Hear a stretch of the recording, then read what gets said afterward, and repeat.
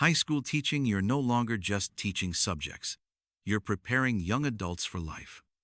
I've spent over 15 years in high school classrooms, and in this video, I'm going to give you a real, honest look at what it takes to become a high school teacher and what it's actually like day to day.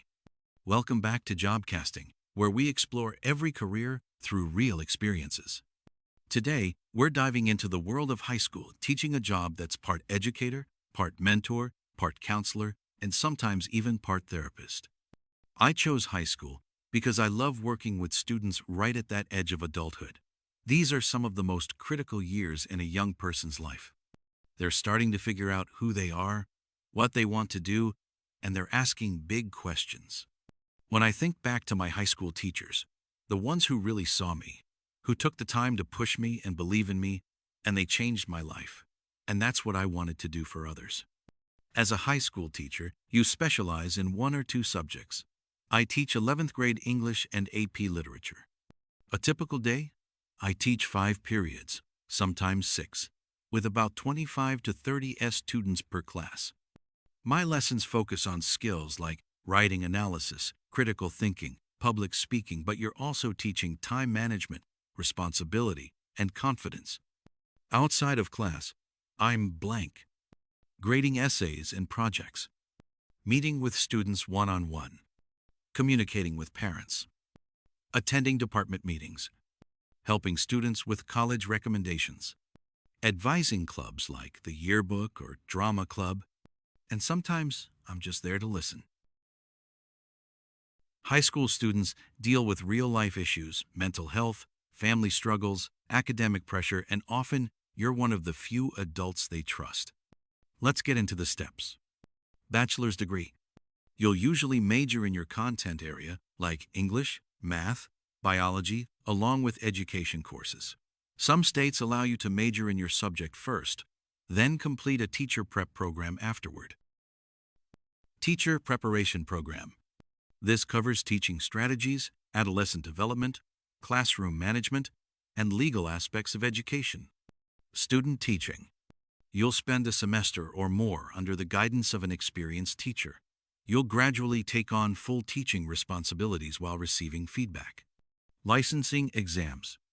Every state requires certification exams.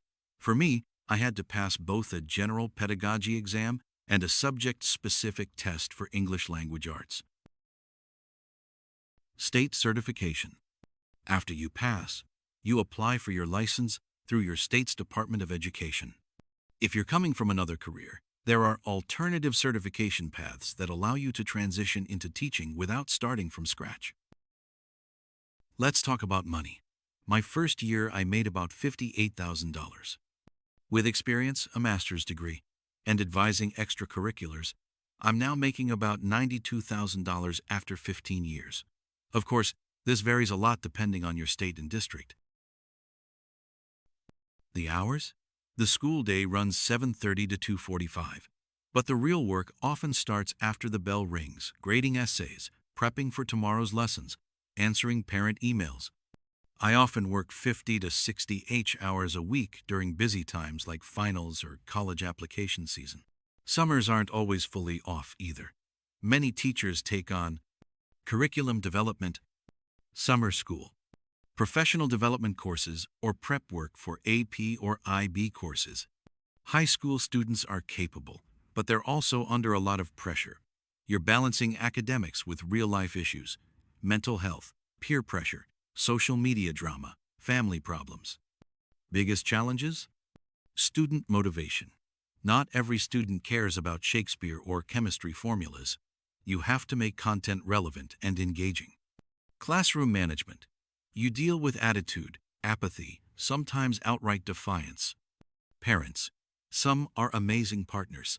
Others can be demanding or uninvolved. Testing pressure. Standardized tests, college readiness benchmarks, graduation requirements, they're constantly changing. But then you have students who thank you for helping them get into college, or who say your class changed how they see the world. That's what keeps you going.